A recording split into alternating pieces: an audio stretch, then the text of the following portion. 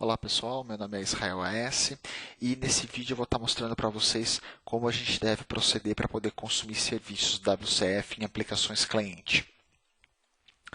Bom, em primeiro lugar aqui eu quero recapitular o que nós temos até agora. O nosso cenário aqui é a criação de um serviço que vai gerenciar um recurso, um dinheiro, tá? Que vai ser consumido pelos clientes para poder criar empréstimos. Tá legal? E aí a gente vai estar manipulando esse dinheiro e aí reservando esse dinheiro e, consequentemente, tomando esse dinheiro como um empréstimo. Bom, o primeiro passo que nós tínhamos feito foi a criação de uma interface, um contrato, tá legal? Com 4 operações aqui. Depois que nós criamos esse contrato, nós criamos a classe que representa o serviço, tá? Essa classe, ela obrigatoriamente implementa aquele contrato, tá? E também coloca aqui toda a regra de negócio para poder resgatar o quanto de dinheiro eu tenho disponível, para poder avaliar uma proposta, para poder efetivar uma proposta e, finalmente, para poder recuperar todas as propostas que foram realizadas. Bom, aqui ele está bem simples e, na medida que a gente vai avançando com os vídeos, a gente vai implementando cada um dessas operações. A primeira mudança que eu vou fazer aqui, ao invés de deixar R$ 10.000 estático ali, eu vou elevar isso para nível de classe. Então, eu vou criar aqui um membro privado chamado recurso disponível e vou inicializá-lo aqui com R$ 10.000. Bom, e aqui, ao invés de retornar esse valor estático, eu vou retornar o que eu tenho ali. Bom, pois bem, aqui foi a única mudança que nós fizemos e isso tende a cada vez mais a gente ir mexendo, mas aí a gente vai com calma e eu vou explicando cada um desses detalhes. Bom, a gente também havia criado um arquivo, aliás, um projeto chamado hosting, que a gente fez o quê? Criamos o host efetivamente para poder disponibilizar o serviço para o mundo. Lembrando que o host é o responsável por gerenciar a execução do serviço. Então aqui nós tínhamos optado inicialmente pela configuração imperativa, tá? E depois eu comentei isso e fizemos a configuração declarativa. Basta criar isso e depois a gente tem o arquivo de configuração com toda os endpoints definidos, os contratos e assim por diante. Tá? Bom, então, uma vez que eu tenho esse serviço, uma vez que eu tenho essa aplicação console rodando, é que eu estou apto nos meus clientes a consumir esse serviço. Tá certo? Bom, aqui, lembrando o que a gente tinha feito na época. Nós criamos basicamente 2 endpoints, sendo um deles exposto através do protocolo TCP, tá legal? E o segundo através do protocolo HTTP, tá certo? Então, olha só, aqui nós temos os 2 endereços. E aqui é um detalhe importante que a gente precisa se atentar. Eu tenho um terceiro endpoint, que ele é um endpoint específico do WCF, mas que a gente deve colocar quando a gente deseja que o cliente consiga extrair o documento WSDL para que ele consiga efetuar a referência no cliente. Tá? Então, se a gente não tiver isso aqui, a gente não vai conseguir extrair aquele documento WSDL e, consequentemente, a IDE do Visual Studio não vai conseguir criar a classe que é chamada de proxy, que serve como wrapper para toda a requisição que é feita para esse serviço. Tá? Em um outro cenário, talvez, esse WSDL é distribuído out of band, ou seja, por exemplo, a pessoa que desenvolveu o serviço pegou aquele WSDL e pode mandar para os clientes via e-mail. E aí o desenvolvedor na outra ponta pega esse WSDL e gera o proxy a partir dele. Também é possível. Bom, então olha só, eu tenho aqui 2 endpoints, tá legal? Um TCP e outro HTTP. Bom, a gente sabe, também a gente tinha visto que durante a execução, o serviço vai estar acessível a partir de HTTP localhost 8766/srv, tá? Ou a partir de net.tcp localhost 9876/srv. Tá legal? Então, aqui um detalhe é o seguinte: no meu WSDL vão constar os dois endpoints, tá certo? Onde está o acesso via HTTP e o outro onde está o acesso via TCP. Tá? Mas lembrando, o meu WSDL vai estar acessível a partir do HTTP. Isso é importante. Tá? Então, durante a execução, o meu WSDL vai estar em HTTP localhost 8766/max. Tá? Bom, então, a gente já tem aqui, eu vou até já copiar o endereço HTTP. E aqui, notem o seguinte, eu já criei um projeto, tá, para poder adiantar, lembrando que o foco aqui é o WCF. Tá? Então, eu criei aqui um projeto, um Windows, que faz o consumo desse serviço. Tá? Então, nesse primeiro momento, a gente vai fazer o quê? A referência para o serviço que nós criamos previamente. Tá? E aí, a gente vai consumir apenas aquele primeiro método. Tá? Aquele que retorna um decimal representando o recurso que eu tenho disponível para poder trabalhar. Bom, então, olha só. O primeiro passo que eu tenho que fazer aqui no meu serviço é clicar com o botão direito em cima do projeto e ir nessa opção Add Service Reference. Tá? Aí, abre essa caixinha de diálogo. Tá legal? Aqui, o que eu vou fazer? Eu vou referenciar o meu serviço. Tá? O que acontece aqui? O fato de eu só colocar um endereço e clicar no botão Go, o que vai acontecer? Ele já automaticamente consegue vasculhar dentro daquele endereço e verificar se há um serviço naquele endereço. Tá? Então, ele já consegue descobrir isso automaticamente. Bom, aqui, primeiro detalhe importante, a gente colocar um nome que a gente desejar aqui. Tá? Então, vocês podem colocar, eu costumo seguir a mesma linha do serviço aqui. Serviço de gestão de crédito, tá certo? E aqui eu tenho um botão Advanced que me traz configurações extras para na hora de efetuar a referência para o serviço. Bom, a primeira coisa que a gente está vendo aqui é o nível de acesso das classes. Tá? Na verdade, quando eu faço a referência para um serviço WCF, uma série de classes é criado dentro do meu Solution Explorer. Tá? E aí, esse modificador de acesso vai determinar se elas vão ser public ou internal. Tá? Então, dependendo do cenário, isso pode ser bastante interessante. Às vezes, eu estou querendo referenciar as classes de um serviço, mas eu quero que elas sejam consumidas e visíveis internamente. Então, nesse caso, o internal seria mais conveniente do que o public. Tá? Essa outra opção para gerar operações assíncronas, eu não vou falar dela agora porque existe um vídeo futuro que a gente vai abordar para que isso serve, quais os benefícios que isso traz para a aplicação cliente. Tá? Um outro detalhe importante que nós temos nessa tela é com relação à reutilização dos tipos que são expostos pelo serviço. Tá?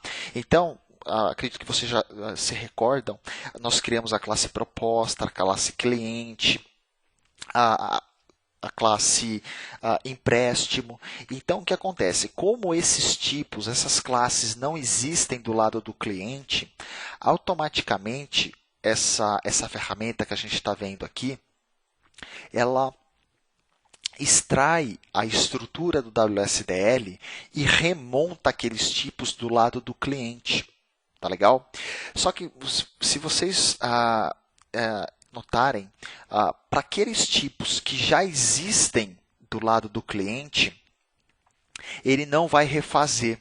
É muito comum, por exemplo, quando você referencia um serviço e você tem uma operação que retorna uma string, um boolean, um decimal, essas classes não são... essas classes não são recriadas do lado do cliente. Por quê? Porque elas já estão em algum lugar desses assemblies que estão aqui, ó. Então, o que acontece? Ela vai reutilizar e não vai recriar essas classes aqui. Mas, para aquelas outras que não existem, como é o caso nosso aqui, empréstimo, cliente, proposta, aí sim, ele vai extrair as informações do WSDL, quais são as propriedades dessas classes, quais são os tipos de dados que essas propriedades expõem e recria isso desse lado. Tá? Bom, um outro detalhe super importante aqui é com relação a esse botão Add Web Reference. Para quem já para quem já utiliza aqueles famosos ASP.NET Web Services, aquele ASMX, tá? Na verdade, isso daqui serve para o seguinte: ele tem compatibilidade com aqueles tipos de serviço, tá? Então, o que acontece aqui? Se eu referenciar nessa janela Add Service Reference o endereço para um serviço ASMX, o que vai acontecer? O código gerado do lado do cliente vai usar toda a infraestrutura do WCF para poder efetuar a comunicação com o serviço ASMX. Tá legal? Então, o que vai acontecer? Toda a infraestrutura, classes, vai utilizar todos os tipos fornecidos pelo WCF. Bom, só que muitas vezes eu não quero esse comportamento. Então, aí que entra em cena esse recurso aqui. Aí aqui você vai apontar no endereço o endereço para o teu serviço ASMX, e aí ele vai fazer o quê? Vai criar a referência do lado do cliente igual o que já acontecia anteriormente, tá? Usando o SOAP HTTP Client Protocol, que é aquela classe do ASMX mesmo, da infraestrutura do ASMX, para poder efetuar a comunicação com o serviço. Então, agora aqui você vai ter que se atentar a isso na hora de referenciar um serviço WCF ou um serviço ASMX. Bom, agora, olha só, uma vez que eu faço a referência para o serviço e clico em OK, o que vai acontecer? Durante esse processo, ele vai estar extraindo informações do documento WSDL e criando para mim, do lado do cliente, o que a gente chama de proxy. Tá? O que é esse proxy? Esse proxy nada mais é do que um wrapper que encapsula toda a comunicação com aquele serviço. Tá legal? Então, a ideia desse proxy é fazer com que o usuário, nesse caso, o desenvolvedor que está do lado do cliente, pense que esse serviço está local, mas na verdade, quer dizer, ele vai trabalhar com a classe como se ela fosse local, mas durante a execução, toda a comunicação vai ser encaminhada para o respectivo serviço. Tá certo? Então, aqui, olha só, ele me cria esse item aqui no meu Solution Explorer. Tá legal?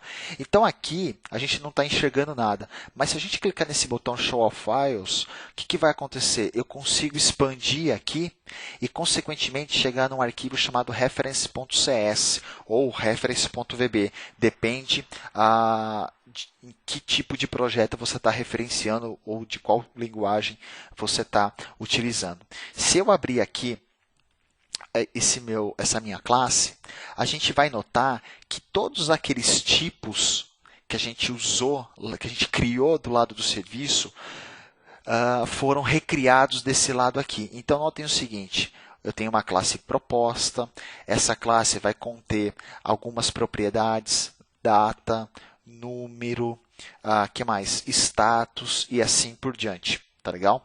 Aqui vocês vão notar que é uma classe, mas com alguns complementos aqui, que é justamente para o WCF poder interagir e lidar com isso durante a execução. Bom, para cada uma das classes que nós criamos lá, elas foram recriadas aqui. Então, eu tenho a proposta, eu tenho a classe cliente, tá legal? Eu tenho a classe empréstimo, eu tenho, o que mais aqui? numerador que identifica o status de uma proposta, aprovada, rejeitada ou em análise. Tá? E agora, notem o seguinte, eu tenho a interface do contrato recriada aqui também. Então, olha só, tenho a interface do contrato e aqui mais para baixo é a interface, tá? Que, na verdade, ela vai herdar daquela interface que representa o contrato do serviço, mas isso tudo depois vai ser utilizado por essa classe. Essa classe é o que a gente conhece como proxy. Ela que é a responsável por fazer toda a comunicação com o respectivo serviço. Então, olha o que acontece. Eu tenho a minha interface de contrato implementada diretamente nesse meu proxy. E, consequentemente, eu tenho aqui todos os métodos, enviar proposta, analisar proposta, aquela coisa toda. Só que notem que a implementação não está aqui, a ideia também não é essa. Na verdade, esse rapaz aqui será o responsável por encaminhar a requisição para o serviço. Bom, outra coisa interessante aqui é o seguinte, se a gente notar o arquivo de configuração que foi criado durante a referência, tá?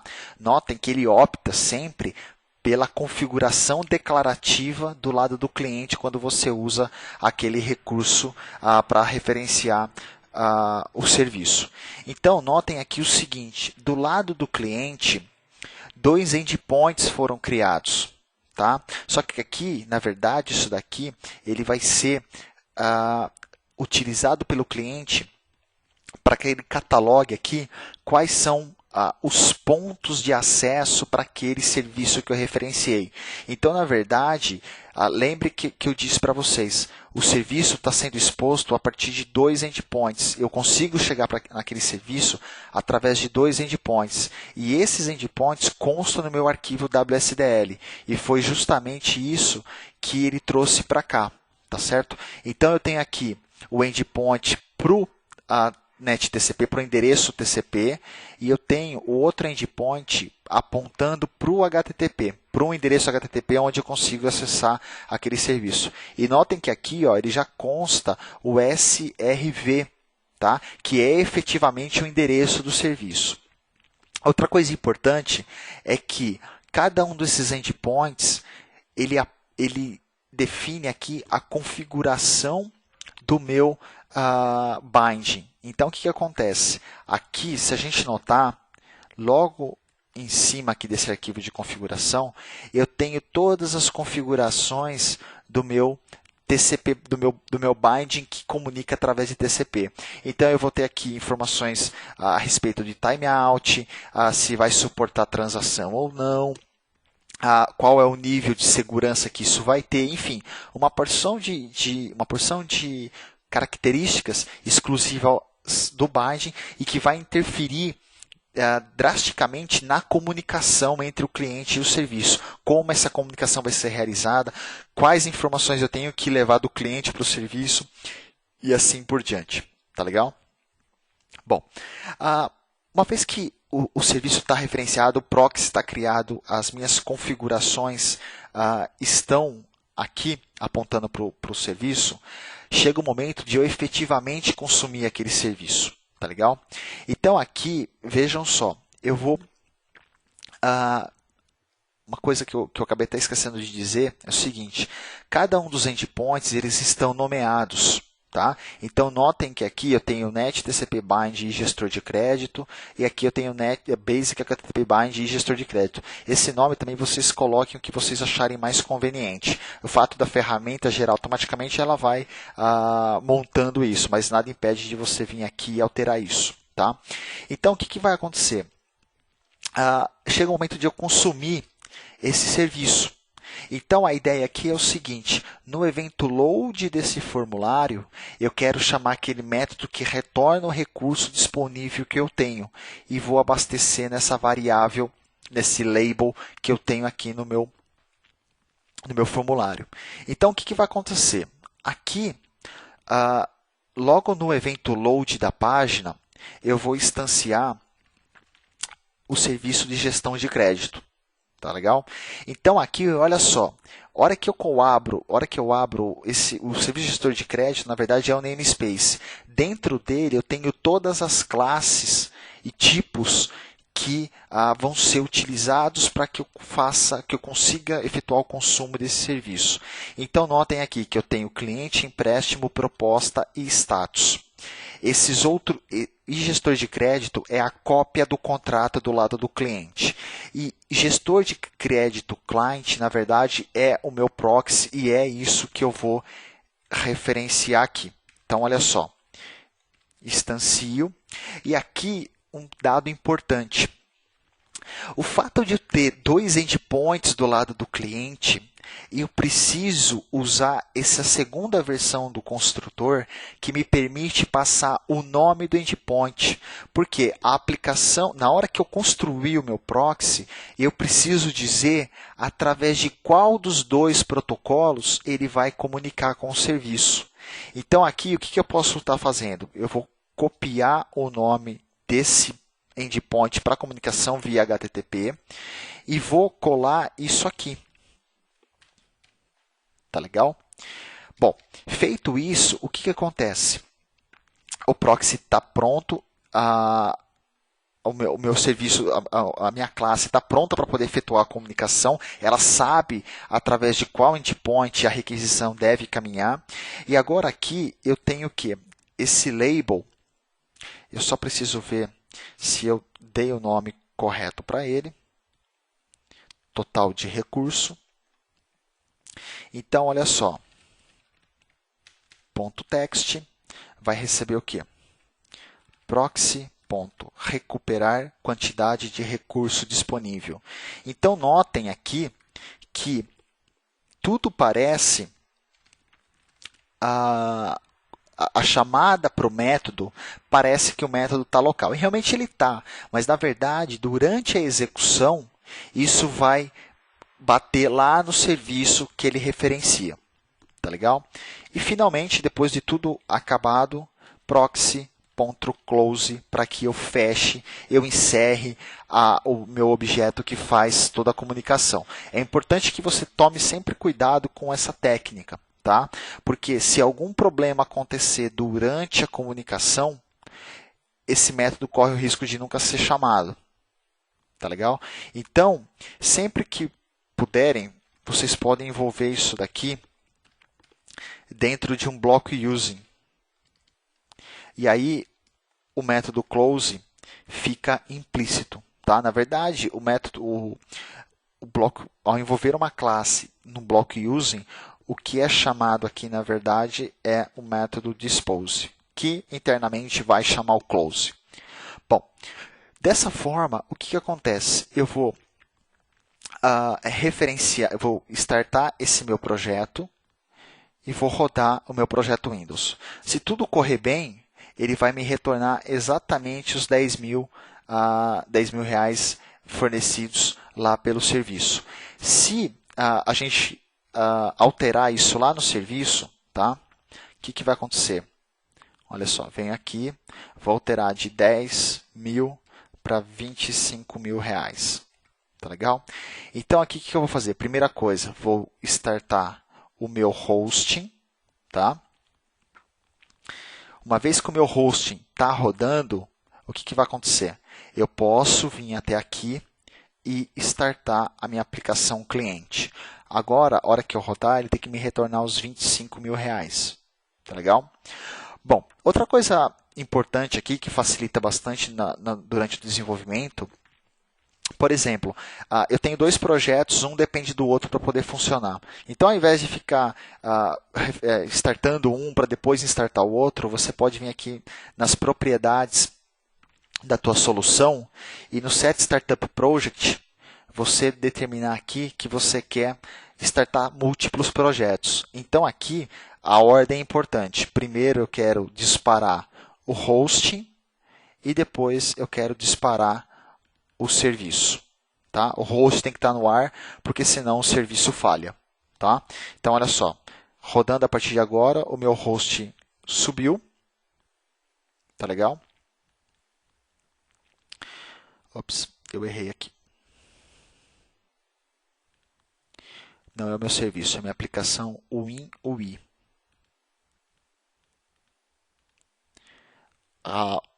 O serviço, na verdade, é a classe que que representa o serviço. Então, olha só.